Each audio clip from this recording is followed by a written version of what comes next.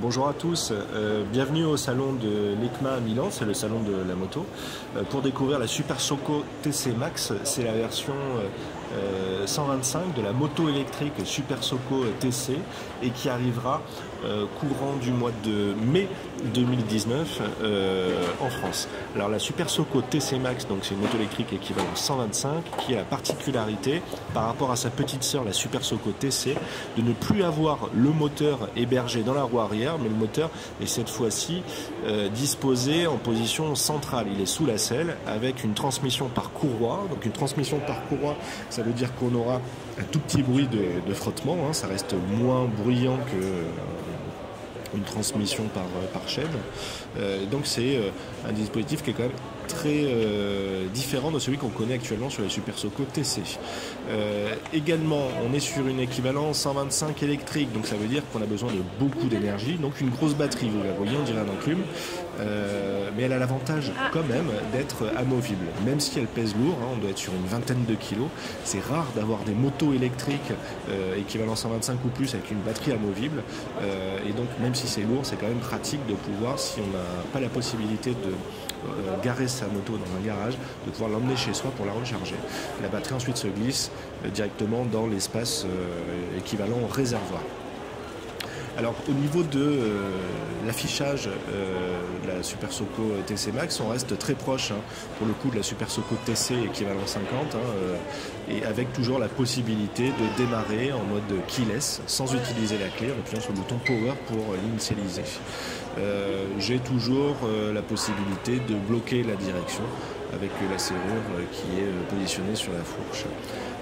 Donc on est sur une équivalent 125, donc la partie cycle elle aussi évolue. Pourquoi? Parce qu'on est sur une moto qui va plus vite, une moto qui est sensiblement plus lourde, et vous voyez que les disques sont à présent, les disques de frein sont à présent ventilés. C'était pas le cas sur la Super Soco TC équivalent 50, et également le diamètre des disques a été revu à la hausse, ce qui est normal puisqu'on est sur des contraintes différentes. Mais on reste quand même globalement sur un dispositif partie cycle qui est sensiblement surdimensionné par rapport au poids de l'engin. On doit être sur une moto qui pèse environ 110-120 kg avec sa batterie, donc ça reste quand même léger, hein. On est sur un équivalent 125 cm3, et donc la partie cycle, elle n'est pas en reste par rapport à ce poids plume, puisqu'elle fait plus que le job. Au niveau des commodos, on a toujours 3 vitesses à disposition. Le mode 3, il vous emmènera jusqu'à environ 100 km/h, donc on va aller atteindre 100 km/h avec cette moto électrique. Et puis le mode 1, qui est plutôt le mode urbain, qui va aller à 50 km/h, avec des accélérations un peu moins franches et plus de sauvegarde de la batterie. Donc au niveau de la ligne générale, on est très proche de sa petite sœur, vous voyez qu'il n'y a pas de grandes évolutions. La sellerie a quand même évolué, on voit que la selle, il y a eu une attention particulière sur la selle et notamment sur le coloris apporté. On n'a plus le beige de sa petite sœur la 50, on a du noir.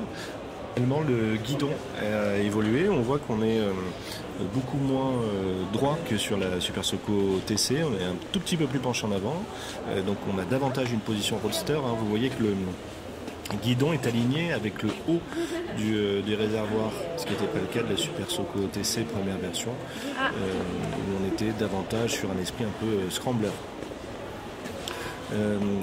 Donc, on parlait de la transmission tout à l'heure, transmission par courroie.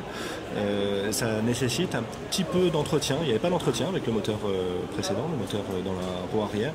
Donc il va falloir régulièrement, c'est-à-dire une fois par an, lorsqu'on va en révision, avoir un point de contrôle pour l'entretien et le changement de la courroie.